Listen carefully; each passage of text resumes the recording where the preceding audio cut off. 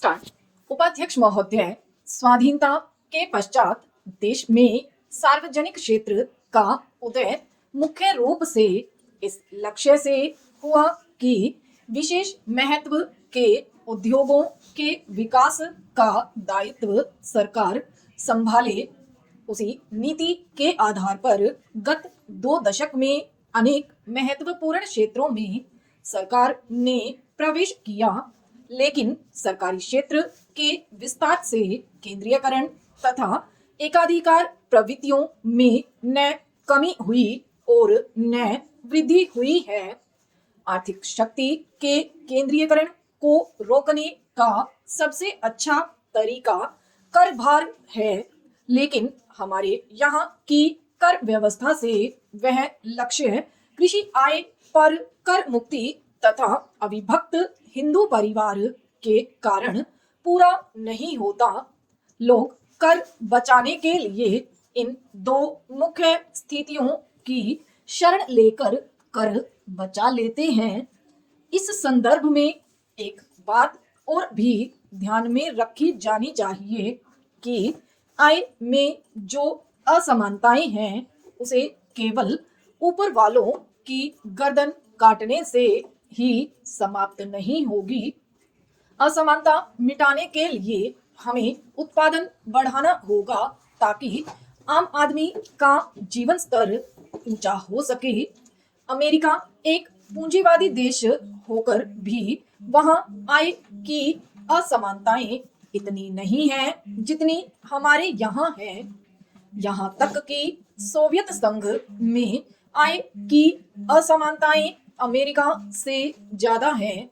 भारत में सरकारी क्षेत्र को लीजिए, एक छोटे चपरासी को 500 रुपए मासिक मिलता है और सरकारी उद्योग के प्रमुख प्रबंधक को 10,000 रुपए मिलते हैं। इस प्रकार सरकारी क्षेत्र में ही यह अंतर 20 गुना है, जबकि निजी क्षेत्र में तो यह अंतर सैकड़ों गुना तक है। लेकिन अमेरिका में यह अंतर 10-15 गुना से ज्यादा नहीं है।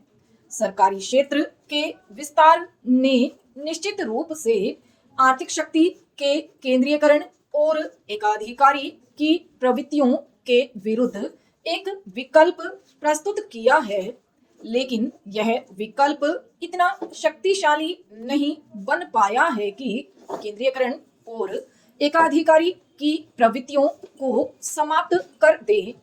राष्ट्र के 3500 करोड़ रुपए के विनियोग सरकारी क्षेत्र में करके भी हम उस विनियोग से इतने लाभ एवं परिणाम नहीं प्राप्त कर सके हैं जितने हमें प्राप्त करने चाहिए।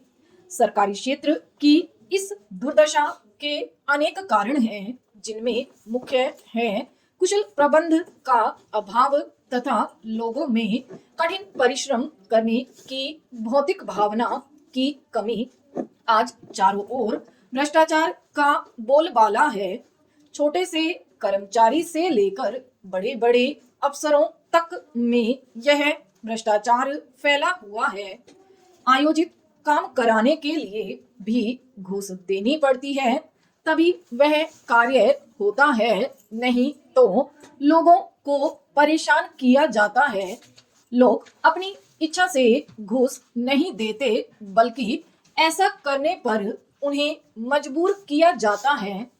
इसको दूर करने के लिए कुशल प्रबंध तथा लोगों को नैतिक बनाए जाने की आवश्यकता है।